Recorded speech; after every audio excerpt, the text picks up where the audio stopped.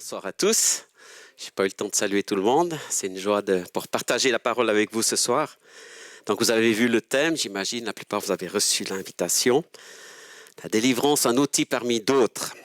Il y a déjà quelques années que Nathanaël m'a dit, et ça serait bien qu'il y ait chaque année au moins un message sur la délivrance. Alors je relève ce défi, sachant que ce n'est pas forcément toujours un thème facile ou qui est toujours bien compris par tout le monde. Mais il me semble justement, du coup, il faut qu'on en parle, il faut qu'on puisse l'aborder clairement pour pouvoir en parler et puis faire face à cette question. Je ne sais pas comment vous avez débuté votre vie dans la foi, dans la vie spirituelle, dans l'Église. Certains sont nés dedans, certains ont grandi dans des familles, certains ont adhéré à l'Église plus tard. Moi, j'ai découvert une foi vivante à Interjeunes. Et puis, assez rapidement, on a découvert qu'il y a des gens, en fait, qui voulaient aussi découvrir la foi, puis en même temps, il y avait une résistance en eux. C'était assez surprenant. Moi, je disais, mais bon, c'est juste un choix. Jésus nous aime, on l'aime, tout va bien, quoi. Puis en fait, le fait de prendre cette position de là, de commencer à chanter, comme on l'a chanté ce soir, je voyais des gens qui étaient mal à l'aise dans la louange, des gens qui réagissaient, des gens qui disaient même, j'aime pas chanter ces chants. J'ai dit, mais il y a quelque chose de bizarre là derrière. Parce que c'est plus que de la musique, c'est plus que du divertissement, comme on pouvait faire au scout ou comme on pouvait faire avec les amis. Quand on chante, il n'y a pas de problème, quoi. Il n'y a pas de conflit à ce moment-là. Mais quand on commence à chanter le nom de Jésus, à le proclamer, tout à coup, il y a une résistance. En tout cas, chez certaines personnes. Et puis, suite à ça, on a vu que des gens demandaient la prière, demandaient de l'aide. Et puis, on s'est dit, mais finalement, il y a quelque chose qui résiste en eux, qui les empêche de louer avec nous, d'entrer dans cette louange, de faire cette démarche de foi. Donc, on a découvert ce combat spirituel, qu'on peut l'appeler, qui parfois est nécessaire pour que des gens puissent être libres d'entrer dans tout ce que Dieu a pour eux. Donc, c'est pour ça que j'ai dit la délivrance, c'est un outil parmi d'autres que Dieu nous a confié, ce n'est pas le seul. Mais c'est quand même une manière que Dieu nous a confiée pour qu'on puisse aider les gens, pour les faire entrer dans une vie plus grande d'authenticité, de liberté avec Jésus. Alors, ça commence assez clairement dans les évangiles, en tout cas, si on lit les évangiles, qui est quand même le cœur de la parole de Dieu. Jésus nous parle souvent de ça. Et il dit même qu'il nous a confié une mission dans Luc 1, versets 1 et 2. Jésus réunit les 12 disciples. C'est au début de l'évangile, c'est encore assez tôt dans le ministère. Ils n'ont pas passé encore quelques mois à peine avec Jésus. Il réunit les 12 disciples et leur donna le pouvoir et l'autorité de chasser tous les esprits mauvais, de guérir les maladies. Puis il les envoya prêcher le royaume de Dieu et guérir les malades. Waouh! Ils n'ont encore pas fait beaucoup de choses avec Jésus. Ils n'ont pas une grande expérience. Et pourtant, déjà là, il leur confie cette mission et il les envoie. C'est ses disciples, n'est-ce pas? Et je crois que nous, en tant que chrétiens, on veut être des disciples de Jésus. Donc, on a la même mission. Ce n'est pas juste réservé pour les 12, mais ce que les 12 ont vécu, nous pouvons aussi le vivre. Donc, Dieu nous envoie aussi avec cette même mission aujourd'hui. Et puis, bien sûr, dans Marc 16, qui est le dernier verset de l'évangile de Marc, Marc est un évangile complet où on voit la puissance de Dieu se manifester. Si vous avez des doutes, lisez l'évangile de Marc, lisez-le même plusieurs fois de suite. Vous allez voir qu'à chaque page, presque chaque chapitre, il y a des guérisons et des délivrances. Et à la fin, voilà ce qu'il dit. Allez dans le monde entier, annoncer la bonne nouvelle à tous les êtres humains. Ça, on sait, on va dire aux gens que Jésus est mort pour eux. Mais il y a plus. Celui qui croira et qui sera baptisé sera sauvé. Celui qui ne croira pas sera condamné. Et voici à quel signe on pourra reconnaître ceux qui auront cru. Ils chasseront des esprits mauvais en mon nom. Ils parleront des langues nouvelles. S'ils prennent des serpents dans leurs mains ou boivent du poison, il ne leur arrivera aucun mal. Ils poseront les mains sur les malades et ceux-ci seront guéris. Donc, la mission que Dieu nous confie, aujourd'hui encore, annoncer l'évangile, mais laisser les gens choisir. Il dit, ceux qui croiront seront sauvés, ceux qui ne croiront pas, ils seront condamnés. C'est des fois assez dur, on aimerait bien que tout le monde adhère, que tout le monde soit sauvé, que les gens disent « Mais Jésus vous aime, pourquoi vous n'y croyez pas ?» Il y a ce combat, cette résistance qui fait que des gens ne veulent pas. Et c'est triste de voir ça, c'est clair, mais ce n'est pas notre responsabilité. Notre responsabilité, c'est d'annoncer. Et puis en annonçant, justement, des fois, il y a des signes qui se produisent parce qu'on prie pour les gens, puis il y a des réactions. Et ces signes, ça peut être justement un besoin de délivrance parce que quelqu'un est tourmenté, parce que quelqu'un est mal. Donc, on va prier pour lui. Et puis d'autres choses encore plus pointues, comme prendre des serpents dans nos mains ou boire du poison. Je ne sais pas si vous avez déjà testé. Moi, je n'ai encore pas testé. Pas que je sache. Peut-être qu'une fois, on m'a donné une boisson empoisonnée et puis j'ai passé au travers. Je ne sais pas. Hein. Mais en tout cas, j'ai déjà posé des mains sur des malades, j'ai déjà vu des guérisons, j'ai déjà vu des gens délivrés. Et puis j'essaye simplement d'utiliser les outils que Dieu nous a donnés. Donc, il y a bien sûr la Bible, on lit la Bible, la prière, la louange, l'écoute, le Saint-Esprit, les dons spirituels et la délivrance. Il n'y a pas une chose qui est meilleure que l'autre, qui est plus importante, qui est indispensable et les autres qui ne sont pas utiles. Tout ça, c'est utile, il faut les mettre ensemble. Et je pensais à l'image d'une boîte à outils. Si on a une boîte à outils, on ne va pas comparer les outils. Ce qui compte, c'est qu'on ait la boîte avec tous les outils, n'est-ce pas? On ne va pas comparer un marteau avec un tournevis. Dire, oh, mais quel marteau, celui-là, il ne sert à rien. Je ne peux pas tourner ma vis. Essayez de mettre une vis avec un marteau, ben, vous allez faire du mal. Ça ne va pas bien fonctionner.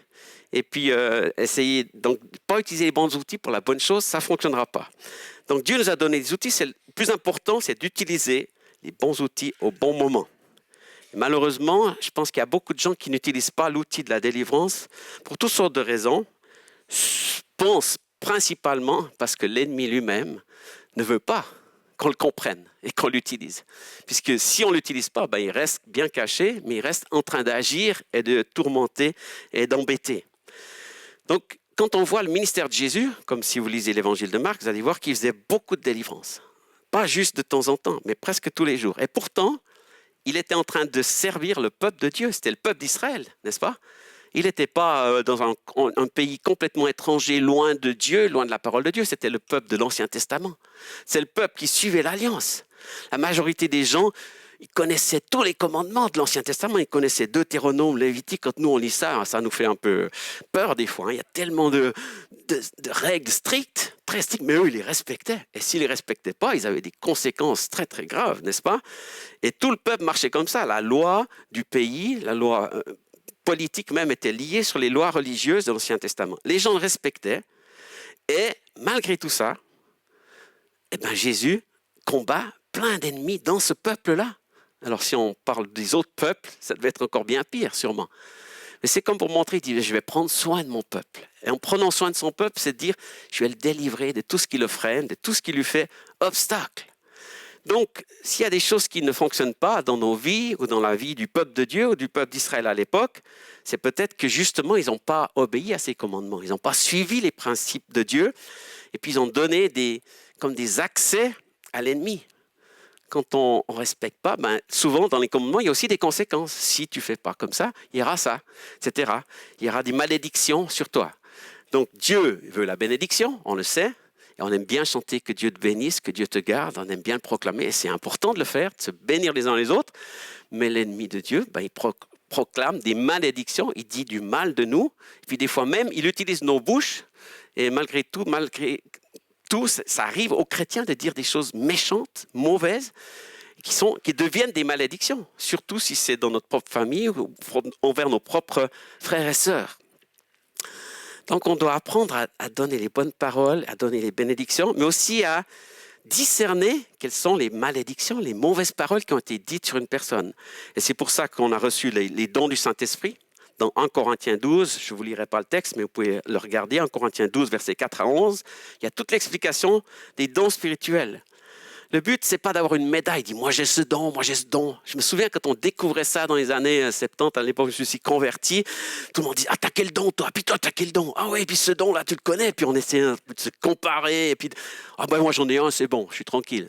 Mais en fait, c'est pas ça que Dieu veut. Il dit il y en a 9, et ils sont pour tout le monde. Et c'est ça qui est important, c'est vous avez une boîte à outils, ayez tous les outils. Si vous n'avez pas de marteau, quand il faut taper sur un clou, c'est embêtant. Hein? Vous allez chercher chez le voisin peut-être, mais là, dans le monde spirituel, il n'y a pas toujours le voisin qui est là à côté, que vous avez besoin d'utiliser à ce moment-là. Donc, demandez au Saint-Esprit la sagesse, le discernement, l'autorité, les dons des langues, tous ces dons qui sont nécessaires pour notre vie. Donc, j'aimerais vous encourager à ça, parce qu'on en a besoin, tout simplement, pour notre vie spirituelle, et surtout face à l'ennemi. Donc, quand on se convertit, on se dit, mais c'est merveilleux. Et le prédicateur qui nous a annoncé la parole, il nous a dit, c'est merveilleux, viens Jésus, tout ira bien. Vous avez entendu ça, hein? Ça sera parfait, ça sera top. Là, on sera presque déjà au ciel, en fait. Puis en fait, auprès de quelques semaines ou quelques mois, des fois, on se réveille un peu, puis on se dit, ouais, mais c'est quand même dur, hein? Je suis toujours sur terre, quoi. Il y a toujours de la bagarre, il y en a qui ne sont pas d'accord avec moi, il y en a même qui me critiquent. Il y a même des copains que j'avais avant qui maintenant ne sont plus mes amis, parce que j'ai choisi Dieu. Et puis on se sent rejeté, on se sent critiqué parce qu'on choisit Dieu. Sans parler de mettre notre vie en règle par rapport à quand on vit sans Dieu. Bon, on n'a pas de règle, on peut faire comme on veut. Il n'y a rien qui nous empêche de vivre n'importe comment. C'est notre choix, c'est ma vie, ma liberté. Dès qu'on commence à rentrer dans la vie de Dieu, on commence à lire la Bible, on voit des principes, on voit des préceptes, on dit « Ah, ce serait mieux de ne pas trop mentir. Hein? » Si par exemple on mentait facilement, ça devient compliqué. On doit se battre la contre pour ne plus mentir. Et sans parler de plein d'autres dimensions contre lesquelles on sent qu'il y a une bataille, il y a une bagarre. Donc on réalise que notre vie, finalement, même s'il y a des bons moments, des moments merveilleux, il y a aussi des bagarres, il y a aussi des batailles. Parce que cet ennemi, cet ange déchu, comme la Bible l'appelle, il est toujours sur la terre et on n'est pas encore au ciel. Au ciel, plus de douleur, plus de larmes, plus de maladies. Mais là, on se prépare pour y aller. Et pour se préparer, on est dans cette bataille. Et je pensais à l'image d'Israël qui est sorti d'Égypte. On connaît tous cette histoire merveilleuse. Il y a des dessins animés, des films extraordinaires. On les voit traverser la mer Rouge. C'est génial. Dieu fait tout, quoi, en fait. Bon, ils doivent quand même un petit peu prier et puis s'enfuir et courir, etc. Mais en fait, il les libère de Pharaon. On devrait se dire, après ça, mais c'est merveilleux la vie. Ils sont sortis d'Égypte, ont traversé la mer. Tout est parfait. Et pourtant, qu'est-ce qui se passe? Ils arrivent dans le désert. Puis là, ils commencent à râler. Les bons chrétiens, sauvés par Dieu, hein, ils se disent, ouais, mais c'était quand même bien en Égypte, on avait des oignons, on était... Hein, ils rêvent des oignons, c'est quand même bizarre. Hein. Comme si c'était le rêve ultime d'avoir des oignons. Mais bon, des fois, il nous manque quelque chose. Hein. Je sais, quand je vais en Afrique, ce qui me manque, c'est le fromage. J'ai plus de fromage, donc je me réjouis de rentrer pour manger du fromage. C'est un détail. Je peux survivre sans fromage, mais voilà, il y a des goûts, des habitudes qu'on a à certaines places, puis ça nous manque. Mais là, ils se plaignent, ils râlent. Et puis après même, ils arrivent à tel point à s'éloigner de Dieu, à perdre le fil avec Dieu. On se dit, mais c'est pas possible d'oublier cette traversée de la mer Rouge. Ils font un veau d'or. Pendant que Moïse est sur la montagne, oh, il nous a oubliés, il est avec Dieu, c'est fini, Dieu nous a abandonnés. Il faut qu'on se fasse un Dieu, quoi. Et il crée un veau d'or. On se dit, mais nous, on ferait jamais ça, hein. Non, nous, on est bien. Depuis qu'on est chrétien, on n'a jamais eu d'idole, on n'a jamais adoré autre chose que Dieu. Et c'est assez subtil quand même. Hein? Quelque chose qui tout à coup reprend la place de Dieu, remplace Dieu. Ouais, Dieu ne me répond pas, j'ai prié, j'ai pas de réponse. Et puis, on met des choses à la place. Puis l'ennemi, subtilement, nous met quelque chose qui n'est pas forcément mauvais en soi. Un sport, une activité, une relation, quelque chose qui commence à prendre toute la place et nous éloigner de Dieu. Et c'est aussi ça le combat spirituel. Mais Dieu a toujours la même promesse, nous amener à Canaan. Puis pour y aller, il y a cette bataille dans le désert. Il y a cette bataille déjà dans l'attitude, dans la réaction, de ne pas se plaindre, puis d'aller jusqu'au bout. Puis ensuite, quand ils arrivent à Canaan, il faut vaincre Jéricho, il faut vaincre Haï, il y a plein de choses à vaincre. Et ce n'est pas facile. Et puis quand ils ont enfin gagné le terrain de Canaan, c'est les ennemis qui cherchent à les attaquer. Et les ennemis ont quitté le pays, mais ils cherchent à revenir. Donc, toute leur vie, finalement, ils ont eu cette bataille, cette bagarre. Et ça montre vraiment la bonne image de ce qu'est le combat spirituel pour nous aujourd'hui. Donc, Dieu veut nous libérer, c'est vrai. Mais qu'est-ce que c'est être libre? Quand on écoute des chants à la radio, à la RSR ou n'importe quelle radio, il y a tellement de chants qui parlent de liberté, hein? Il est libre, Max, ma liberté de penser. Il y en a plein d'autres chants. Je suis sûr que vous pouvez en citer plusieurs. Et puis les chrétiens aussi, dans plein de chants de louange, je suis libre, je chante, je suis libre. Puis après, on rentre à la maison, et puis on tombe dans le péché, on est loin, on est pris, on se fait avoir. Puis après, on rechante, je suis libre. Puis après, dans notre tête, il y a un problème, quoi. Je suis libre, puis en fait, je ne suis pas libre. Puis on essaye de se convaincre qu'on est libre, puis si honnêtement on veut être vrai devant Dieu, on dit « Ouais Seigneur, il y a encore des choses qui ont besoin d'être libérées. » Il ne suffit pas de chanter, hein. Même la Reine des Neiges, elle chante libérée, délivrée. Hein. Est-ce qu'elle est vraiment délivrée de tout? Je ne sais pas. Hein. Christ est venu pour nous délivrer de la loi de Moïse. Donc c'est vrai. Acte 13 dit, verset 36, « Frères, vous devez le savoir, c'est par Jésus que le pardon des péchés vous est annoncé.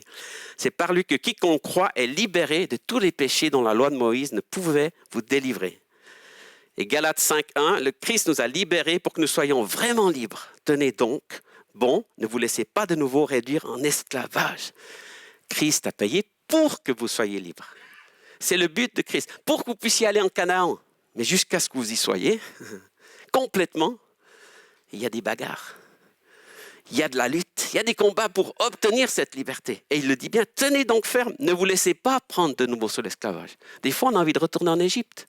C'est trop dur. Le désert, les combats, les luttes, j'en ai marre de me battre. Puis l'ennemi, il rigole, il se frotte les mains. Donc c'est clair, Jésus a acquis cette liberté. Il ne suffit pas de la chanter. Il faut se battre pour l'acquérir et la garder. Et pour tous les chrétiens, il y a cette réalité, il y a les promesses de Dieu qui sont claires. Dieu n'a pas menti. Dieu a dit les choses claires, mais jusqu'à ce qu'on acquiert tout ce que Dieu a promis, ça peut prendre un peu de temps. Et ça passe justement par des combats. Donc, par exemple, vous connaissez ce verset très célèbre en Timothée 2. « Voici ce qui est bon et agréable à Dieu. Notre Sauveur veut que tous les humains soient sauvés et parviennent à connaissance de la vérité. » C'est la volonté de Dieu que tous soient sauvés. Est-ce que tous sont sauvés? Non, parce que tout le monde n'est pas entré dans le salut. C'est toujours la volonté de Dieu. Dieu veut qu'on soit libre. Alors des fois on dit, ouais, je suis libre, je suis libre, je suis libre. J'aimerais être libre. Seigneur, libère-moi. Et c'est ça le processus de la délivrance, dire, Seigneur, j'ai besoin de liberté. Là, je suis encore tourmenté. Là, j'ai des craintes. Là, il y a des choses qui me dominent. Il y a des choses qui me volent cette joie, cette liberté. Galates 5, 13, c'est le verset qu'on cite souvent. C'est à la liberté que vous avez été appelés. Seulement, ne faites pas de cette liberté un prétexte pour suivre les désirs de votre propre nature. Donc, on a toujours le choix. C'est ça la puissance du salut, la puissance que la vie que Dieu nous a donnée, c'est qu'on est libre. Dieu ne va pas nous obliger, ne va pas faire les choses à notre place, mais il attend qu'on lui demande de l'aide. Combien de fois Jésus il a demandé aux gens autour de lui, « Qu'est-ce que tu veux que je fasse pour toi ?» Je dis, mais c'est évident, quoi. Je suis malade, je suis aveugle, je souffre, fais. Mais Jésus dit, dis-le-moi, demande-le-moi. Donc je pense que pour la délivrance aussi, on a besoin de demander à Dieu. Là, j'ai besoin d'être délivré de mes craintes. J'ai besoin d'être délivré de mes tourments. Parce que je ne suis pas libre dans ce domaine-là. Donc, quelle est la différence entre le péché et les esprits mauvais? Un péché, c'est un acte que nous faisons par ignorance ou pas, mais c'est une chose que Dieu nous demande de ne pas faire, mais on le fait quand même, on le sait. Par contre, les mauvais esprits, c'est des entités spirituelles, des puissances qui n'ont pas de corps et pourtant qui cherchent à habiter en nous. Et souvent, ils utilisent la porte du péché, surtout si c'est un péché régulier ou commis de manière consciente, pour s'installer en nous. Mais la grande différence, peut-être que là, il y a eu beaucoup d'enseignements, de réflexions, de paroles qui ont été dites qui n'étaient pas complètement justes dans la pensée de Dieu. Un chrétien n'est pas possédé par un esprit mauvais. Bien sûr qu'il y a quelques cas extrêmes de gens, mais la majorité des gens, ce n'est pas qu'on est possédé, c'est qu'on est influencé, qu'on est tourmenté dans un secteur, dans un domaine. Il y a plein d'autres choses qui vont bien. Notre territoire, on sait où on est, puis en fait, il y a une porte qui est mal fermée. Il y a une barrière qui a un trou. Il y a une place où l'ennemi rentre. Il y a une moustiquaire qui a un trou, puis le moustique, il vient. Et c'est pas agréable quand il y a un moustique, surtout quand vous dormez la nuit, et puis on n'arrive pas à l'avoir, et puis il revient, puis on essaye, on allume la lumière, on ne le voit plus, et on peut être embêté pendant 1 heure ou 2, ou la moitié de la nuit, avec un petit moustique minuscule. Donc, ce n'est pas grave en soi, puis en même temps, oui, ça fait mieux de l'enlever, le tuer. Si on le trouve, après, on dort bien. Je pense que c'est une très bonne image de ce que peut être la délivrance. Il y a un mauvais esprit qui nous tourmente, qui nous embête, qui vient nous piquer, qui vient nous faire du bruit, qui nous agresse à des mauvais moments. J'entends combien de personnes qui disent « Ah, j'aimerais bien louer comme toi, mais j'arrive pas. Tu sais, chaque fois que j'ai envie de louer, il y a ces pensées-là, il y a ces images, on se sent culpabilisé, condamné, accusé, ou bien il y a des mauvaises choses qui viennent dans notre tête, et puis ça nous empêche. Est-ce que c'est Dieu qui veut ça? Non.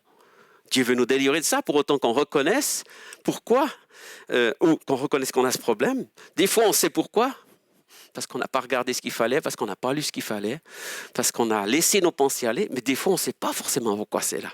Mais si on peut le reconnaître, au moins, on peut recevoir de l'aide.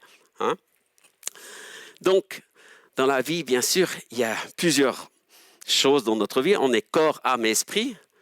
Pour le corps, on va chez le médecin. Je On a tous besoin d'un médecin. J'espère que vous avez tous un bon médecin. Je vais voir mon médecin chaque année pour faire des check-ups. Tout va bien.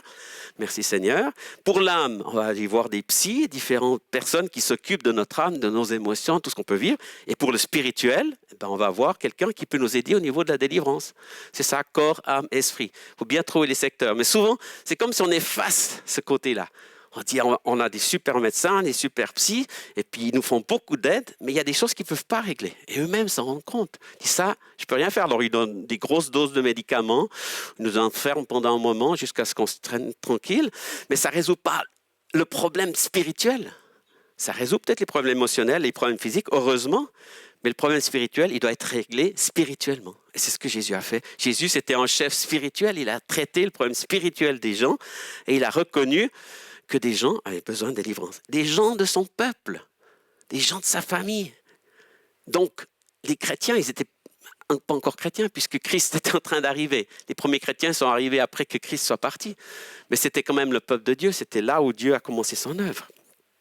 Donc, ce qui est important, c'est d'identifier ce besoin spirituel et d'accepter peut-être qu'on a besoin d'aide. Si tu vas chez le dentiste, c'est parce que tu as mal aux dents. Peut-être tu ne sais pas comment c'est venu, peut-être que tu sais que tu as mangé trop de bonbons ou que tu t'es mal lavé les dents. Mais peut-être tu ne sais pas, mais tu as quand même mal, donc tu dis j'ai besoin de l'aide du dentiste. Mais tu acceptes que le dentiste fasse son travail. Donc accepte peut-être que quelqu'un qui a un peu plus d'expérience, quelqu'un de spirituel qui connaît un peu ce domaine-là peut t'aider, peut prier pour toi et te guérir de cette carie spirituelle, de cette douleur. Hein? Alors souvent, on est d'accord sur le besoin de délivrance quand on a touché à l'occultisme, quand on a été vraiment dans le monde des ténèbres, les gens qui ont été dans la sorcellerie, les guérisseurs, les médiums, les marabouts, les lignes de la main, tous ces trucs vraiment noirs, on le sait. Et ça, c'est un domaine qu'on gère souvent au début de la vie chrétienne. Mais par la suite, il y a d'autres problématiques qui ont aussi besoin de délivrance. C'est toutes les choses, des fois aussi, qui touchent notre âme, nos émotions, la peur, les angoisses, la colère, le rejet, l'insécurité, l'orgueil. Toutes ces choses qui viennent aussi par rapport à des chocs, tels que des accidents, des abus, des viols, des morts violentes, des diagnostics médicaux, toutes sortes de choses qu'on entend qui créent un choc en nous. Alors, l'identification qu'on essaye assez bien de reconnaître pour comprendre, c'est quand quelqu'un dit « mais c'est plus fort que moi ». J'essaye, mais j'arrive pas. J'ai prié. J'ai essayé de prier. Ou j'ai déjà prié souvent. C'est souvent ce qu'on dit. J'ai déjà prié pour ça. Ben, c'est très bien que tu aies déjà prié. Mais tant que le problème n'est pas résolu, il faut peut-être encore prier, puis peut-être prier d'une manière différente. Tu peux aller chez ton médecin 10 fois, puis quand le médecin dit mais c'est un problème de dents, il faut aller chez le dentiste. Ben voilà, le médecin il a fait ce qu'il a pu, et puis tu vas peut-être chez un autre qui va traiter d'une autre manière pour résoudre le problème. Donc, pour pouvoir entrer dans cette délivrance, on a besoin déjà de le reconnaître, ensuite de demander pardon pour nos fautes, tout ce qui est conscient, nos propres erreurs, nos péchés, ou ceux de nos ancêtres. Et puis ensuite, accepter la prière de quelqu'un qui sait de quoi on parle. Hein? Comme je l'ai dit, si on a mal aux dents, on va chez le dentiste. Mais je crois aussi que des fois, on a peut-être trop spécialisé ça à des personnes. Je crois que chaque chrétien peut prier pour la délivrance de quelqu'un. Il suffit d'y croire, de croire que c'est possible, que ça existe, et puis d'aider son frère ou sa sœur qui dit « mais j'ai un besoin spirituel, prie pour moi ».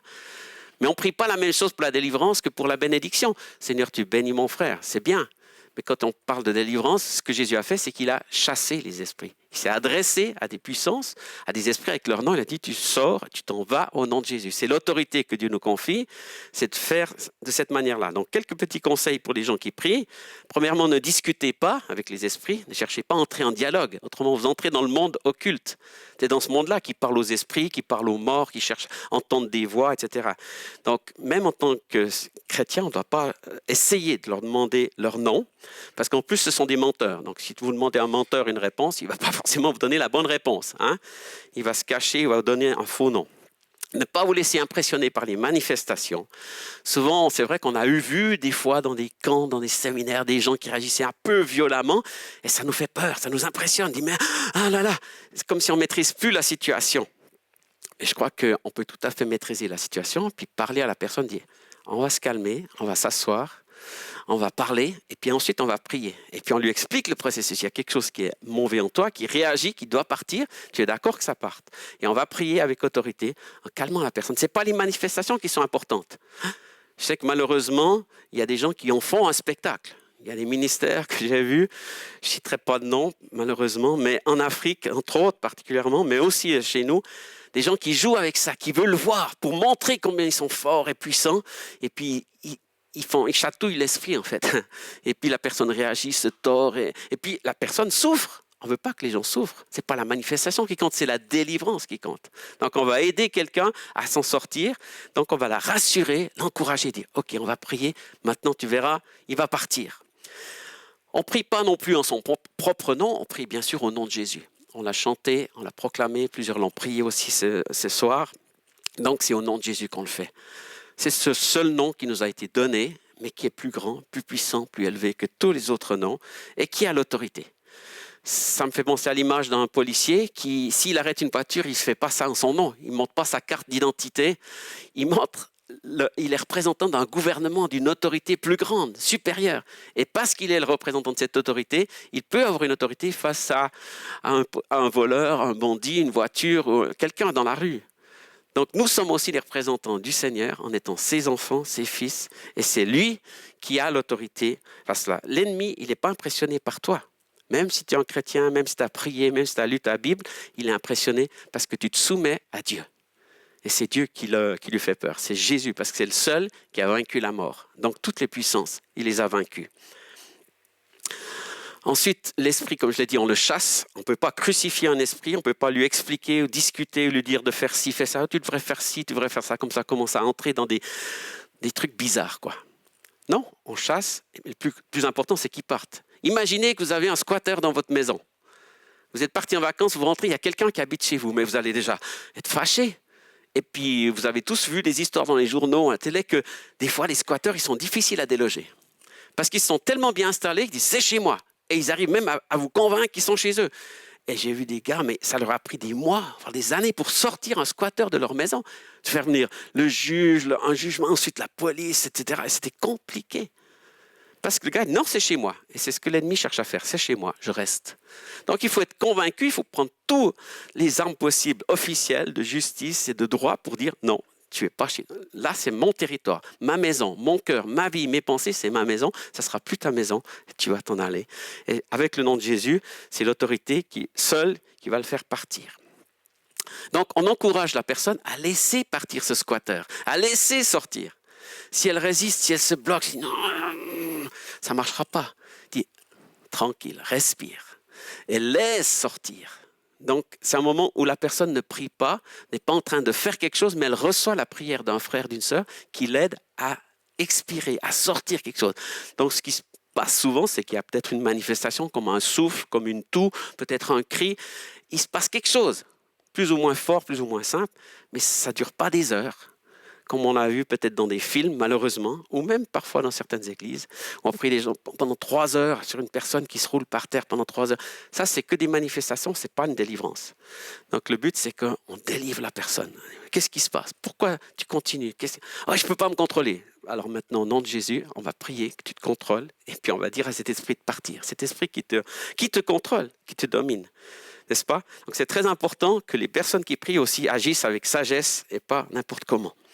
Donc, si on veut apprendre dans ce domaine-là, parce que c'est aussi le but, c'est que je ne sois pas le seul à prier. Et je sais qu'il y en a déjà beaucoup parmi vous qui prient pour la délivrance, mais qu'il y en a encore plus, parce qu'il y a tellement de besoins. Il y a tellement de gens qui ont besoin. Souvent, j'entends dans l'église, oui, on croit à la délivrance. Je me souviens, en 1982, j'étais dans une réunion, il y avait un gars qui s'était... Non, pas en 1982, la semaine passée, la semaine d'avant. Toutes les semaines, je prie pour des gens qui ont besoin de délivrance. Je ne cherche pas, je ne fais pas de publicité. Mais il y a des tas de gens qui en ont besoin. Et c'est simple, ça ne dure pas des heures, ce n'est pas compliqué. Il n'y a pas besoin que ça crie, que ça hurle, mais il y a un besoin de la personne qui vient confesser, qui vient dire « là, je ne m'en sors pas, là, j'ai besoin d'aide spirituellement, je prie avec le nom de Jésus et je vois une liberté, une délivrance acquise. » Et puis ensuite, quand on a acquis cette délivrance, on se dit « ah, je me sens mieux dans ce domaine. Ah, j'ai plus de peur. Ah, mais peut-être que ce problème-là, c'est aussi un problème de délivrance. » Tout à coup, on découvre qu'il y a d'autres pistes dans notre vie où on a besoin que Dieu intervienne. Donc, demandons de l'aide à des gens qualifiés et puis apprenons avec des gens qualifiés. Hein. Si tu veux apprendre à jouer du piano, va prendre des cours avec quelqu'un qui sait jouer, avec un pianiste, pas avec un batteur. D'accord? Donc pour la délivrance aussi, priez avec quelqu'un qui a déjà au moins prié une fois pour la délivrance et comme ça, il va vous apprendre, il va vous enseigner à le faire. Mais ne cherchez pas à attaquer l'ennemi, à le combattre. Il y a déjà assez à faire avec ce qui est là, ce qui est là autour de nous, n'est-ce pas? On ne va pas être des Ghostbusters, comme il y avait une époque, un chant là, très célèbre, un tube à la radio, voilà, les chasseurs de fantômes. Il y a eu un film là-dessus, et puis ils allaient avec des uniformes, des machins. Voilà, c'est le cinéma, ça, c'est Hollywood. Et puis des fois, dans l'Église, on croit que c'est comme ça le modèle. Mais non, ça, ce n'est pas le modèle de Dieu. Le modèle de Dieu, il est plein d'amour, plein de compassion. C'est simple. Jésus se promenait, il marchait. Il y a des gens qui avaient besoin de délivrance. Il priait pour eux et il continuait. Hein? C'était naturel. Ça faisait partie de son cheminement, de sa manière d'aider les gens. Il n'en faisait pas un fromage, comme on dirait. Il ne restait pas 3 heures avec une personne et puis à dire « Ah oui, ça c'est un cas, etc. » Non. Et puis il essayait d'aider les gens à aller mieux. Et puis il y en avait toujours qui avaient besoin de son aide. Donc aujourd'hui aussi. Donc, notre responsabilité, c'est d'apprendre à vivre le plus libre possible et de gérer ce qui nous concerne dans nos propres vies avant de vouloir aller chercher les mauvais esprits partout. Et ensuite, on peut pratiquer aussi l'autodélivrance. Quand on a compris ça, il y a quelque chose qui vous tourmente, vous n'avez pas le pasteur à côté de vous, un ami qui veut prier, dit « Ah, mais je ne peux pas attendre dimanche, la semaine prochaine pour le voir. Là, je suis vraiment trop mal. » Au nom de Jésus, cette pensée, elle s'en va. Tu peux t'adresser, cet esprit qui me tourmente, cette chose que je ressens qui n'est pas bonne, qui ne vient pas de Dieu, tu te dégages au nom de Jésus, tout simplement. Pierre, il a chassé la fièvre un moment. Alors, des fois, on a besoin d'un dafalgan, puis des fois, on peut aussi chasser la fièvre. Je ne sais pas pourquoi c'est différent. On ne peut pas avoir des règles absolues avec Dieu. On aimerait avoir des recettes. Là, c'est un esprit, là, c'est une maladie. Là, des fois, on ne sait pas trop, c'est vrai. On tâtonne un peu. Mais au moins, c'est un outil. On a besoin d'un marteau, d'un tournevis, si je reprends mon image. Et puis, on essaye avec le bon outil. Puis quand on sait, tout à coup, on ne réfléchit plus. On sait que c'est le bon outil. Et c'est cet outil-là qu'il faut dans cette circonstance-là. Donc, c'est aussi possible pour nous. On a reçu l'autorité. Comme je l'ai lu au début, Jésus a confié cette autorité à tous ses disciples. Vous avez reçu aussi cette autorité de la part de Dieu. Et puis ensuite, c'est sûr que si nous, on est délivrés, qu'on commence à témoigner de ce qu'on a vécu, ça va aider d'autres personnes. Ça va aider d'autres personnes parce qu'on dit, tu sais, oui, moi j'avais aussi beaucoup de craintes, j'avais beaucoup d'angoisse, où je me sentais mal, j'avais de l'insécurité, j'avais du rejet. Je dis, ah ouais, alors quand tu me racontes ça, moi je me sens aussi concerné, j'ai l'impression que tu parles de moi aussi j'ai ces problèmes-là, etc. Donc j'ai vécu beaucoup de délivrance et j'en vis encore parfois. Tout à coup, on s'éloigne sans se rendre compte, par des décisions mauvaises, par des pensées mauvaises, on se laisse imprégner, prendre. Puis tout à coup, on se dit, ah mais là, je suis loin, j'ai de la peine à prier, j'ai de la peine à m'approcher de Dieu, j'ai de la peine dans la louange. Peut-être que si on revient un petit peu en arrière, on se dit, ah ouais, c'est à partir de là, quand j'ai commencé à critiquer, à râler, à désirer les oignons de l'Égypte. Hein? C'était mieux sans Jésus. Des fois, c'est fou comme on est. Hein? On réfléchit. On sait que c'est mieux avec Jésus, puis même à cause de nos blessures, de notre amertume, notre ressentiment, on se laisse piéger puis éloigner. Puis c'est le but de l'ennemi. Puisqu'il dit, Dieu heureux, celui qui persévérera jusqu'à la fin qui sera sauvé. Le salut, il est donné, mais il faut se battre pour le garder. Ce n'est pas acquis une fois pour toutes comme une carte de membre honoraire d'une société qu'on garde dans notre porte-monnaie toute notre vie. On a le salut, mais on se bat pour le garder. Parce que l'ennemi veut nous faire perdre ce salut. Et je suis sûr que vous avez connu des gens qui étaient engagés, qui venaient à l'église, qui venaient au groupe de prière, qui venaient au groupe de jeunes, qui aujourd'hui sont loin. C'est triste. Moi, il n'y a rien qui m'attriste plus ça. Je dis, mais ils ont connu cet amour, ils ont reçu le pardon, ils se sont même fait baptiser. Et maintenant, ils ont tout abandonné. Pourquoi? Par des mauvais choix. Ce n'est pas Dieu qui les a abandonnés. Et s'ils décident un jour de revenir, Dieu va les accepter. On connaît tous l'histoire du fils prodigue, n'est-ce pas? C'est quand même incroyable. Tu vas quand même gaspiller autant de temps, de vie, d'argent, et puis Dieu t'accepte encore. Ben oui, Dieu est tellement plein de grâce qu'il t'accepte. Donc, la délivrance, ce n'est pas pour condamner, ce n'est pas pour accuser, pour dire vous avez des problèmes, il faut... Non, c'est justement pour avoir un outil, pour être beaucoup plus solide et ferme dans notre foi avec Dieu, pour tenir dans les circonstances difficiles et pour oser faire face à l'ennemi. Dieu nous a donné autorité face à l'ennemi. Et j'aimerais vous encourager à la saisir pleinement pour vos vies. Donc, Il y a aussi d'excellents livres qui vous expliquent plein de choses parce qu'on pourrait parler très longtemps de ce sujet. C'est pour ça qu'il y a un petit stand là avec des livres. Steve a écrit un excellent livre récemment, donc vous pouvez aussi l'avoir, Délivré du filet de l'oiseleur. Donc il vous explique tout ça. Il y a aussi Les voleurs dans le temple, il y a La perle des délaissée, il y a plein de bouquins. Si vous voulez creuser et comprendre un peu plus, je vous encourage à prendre un livre et puis à chercher. Et puis ensuite, à partir d'une lecture, je suis sûr que ça va vous aider peut-être à demander de l'aide et de la prière pour avancer dans ce domaine-là. Donc, j'aimerais simplement prier pour terminer. Prier que Dieu nous aide à comprendre, à saisir et puis à faire face à cet ennemi.